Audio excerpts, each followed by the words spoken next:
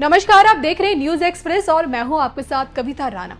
महाराष्ट्र के पुणे से सामने आई एक ऐसी कहानी जिसने पूरे देश को झकझोर दिया है, जिसने एक बार फिर सोनम रघुवंशी की याद दिला दी और फिर समाज में एक तरह से बहस छेड़ दिया कि आखिर समाज किधर जा रहा है और अगर शादी करे तो किससे करे। इस सवाल से समाज का हर तबका इस वक्त सबसे ज्यादा परेशान है और इसका हल हर आदमी खोज रहा है। ये कहानी है 26 साल के युवा कारोबारी केतन अग्रवाल की, जो अपनी मंगेतर सिया गोयल पर आंख बंद करके भरोसा करता था, लेकिन उसे क्या पता था कि जिस हाथ को वो शादी में थामने वाला था वही हाथ उसे मौत की खाई में धकेलने की तैयारी कर रहा है। ये एक ऐसा मामला है जिसने पूरे भारत को हिलाकर रख दिया है। इस केस ने लोगों को तुरंत राजा रघुवंशी हत्याकांड की याद दिला दी। वहां सोनम ने अपने पति को रास्ते से हटाया था और यहाँ सिया गोयल पर आरोप है कि उसने अपने प्रेमी चेतन चौधरी के साथ मिलकर अपने ही मंगेतर केतन की हत्या की साजिश रची। लेकिन सबसे चौंकाने वाली बात यह कि ये कोई अचानक लिया गया फैसला बिल्कुल नहीं था। पुलिस के मुताबिक केतन को मारने की एक नहीं, दो नहीं, बल्कि कई बार कोशिशें की गई और हर बार मौत उसके बेहद करीब पहुंची, लेकिन वो बच निकला और आखिरकार चौथी कोशिश में साजिशकर्ता अपने मकसद में कामयाब हो गए।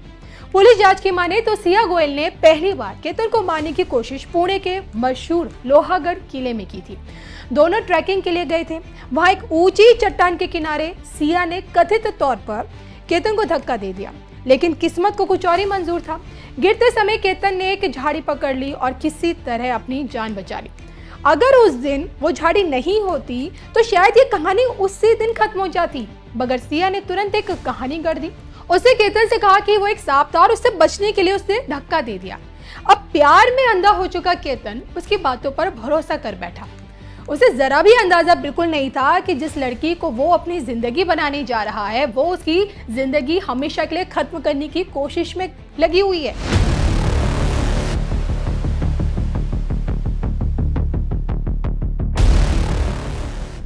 जानकारी देते चले तो केतन मर्डर केस में एक से बढ़कर एक इस वक्त बड़े बड़े खुलासे हो रहे हैं और दुनिया सुनकर दंग है। पुलिस ये दावा कर रही है कि केतन की हत्या की एक और कोशिश की गई थी। जी हाँ, लेकिन इस बार एक मां अपने बेटे की ढाल बन गई। 31 मई की घटना से डरी हुई केतन की मां ने उसे दोबारा किले पर जाने से साफ मना कर दिया। नतीजा ये हुआ कि सिया और चेतन का प्लान फिर से फेल हो गया, लेकिन कहानी यही खत्म नहीं हुई। इस बीच एक ऐसा घटनाक्रम हुआ जिसने बाद में पुलिस का शक और गहरा कर दिया। 6 जून को केतन और सिया को शादी से पहले प्री वेडिंग फोटोशूट के लिए इंडोनेशिया के बाली जाना था। टिकट बुक हो चुके थे, तैयारियां हो चुकी थी, लेकिन अचानक यात्रा पोस्टपोन हो गई। वजह बताई गई कि केतन का पासपोर्ट गायब हो गया। अब सिया ने कहा कि उसे पासपोर्ट कहीं रख दिया था और वो भूल गई, लेकिन जांच में पुलिस को शक हुआ कि ये कोई साधारण गलती तो नहीं थी। जांचकर्ताओं का मानना है कि सिया ने जानबूझकर पासपोर्ट छिपाया या नष्ट कर दिया ताकि जो यात्रा है वो टल जाए, क्योंकि विदेश यात्रा में हत्या की योजना को अंजाम देना बहुत मुश्किल था। यानी कि साजिश इतनी गहरी थी कि उसके लिए अंतर्राष्ट्रीय यात्रा तक रुकवा दी गई। फिर आया 14 जून और फिर कहानी में आया लोहागढ़ किला, लेकिन केतन की किस्मत फिर साथ दे गई और कातिल का प्लान फेल हो गया। रविवार होने की वजह से किले पर भारी भीड़ थी। सिया और चेतन को लगा कि इतने लोगों के बीच वारदात करना जोखिम भरा होगा और इसलिए उन्होंने अपना प्लान फिर से टाल दिया। और अब तक सोचिए 3 कोशिशें नाकाम हो चुकी थी, लेकिन आप तो जानते हैं ना कि जालिम जब किसी जुनून में अंधा हो जाता है ना तो वो आखिर दांव जरूर खेलता है, और यही हुआ भी। 18 जून को सिया ने केतन को अपना जन्मदिन मनाने के बहाने फिर से लोहागढ़ किला चलने के लिए मनाया, लेकिन केतन की ये राय थी कि जन्मदिन रिजॉर्ट में सेलिब्रेट किया जाए, लेकिन सिया किले पर जाने के लिए जिद करती रही। केतन को क्या पता था कि ये जन्मदिन का जश्न नहीं बल्कि उसकी जिंदगी का आखिरी सफर बनने जा रहा है। पुलिस के माने तो चेतन चौधरी अलग से किले तक पहुंचा, वो दोनों का पीछा भी कर रहा था। सीसीटीवी फुटेज में एक शख्स दिखाई दिया जो गर्मी के मौसम में सोचे हुड्डी पहनकर घूम रहा था। यही फुटेज बाद में पुलिस के लिए सबसे बड़ा सुराग साबित हुई। जांच में पता चला कि हुड्डी पहनने वाला व्यक्ति चेतन चौधरी था। जब तीनों एक सुनसान जगह पर पहुंचे तब कथित तौर पर हमला किया गया और फिर केतन अग्रवाल को सैकड़ों फीट गहरी खाई में धकेल दिया गया। कुछ ही सेकंड्स में एक जिंदगी पूरी तरह से खत्म हो गई।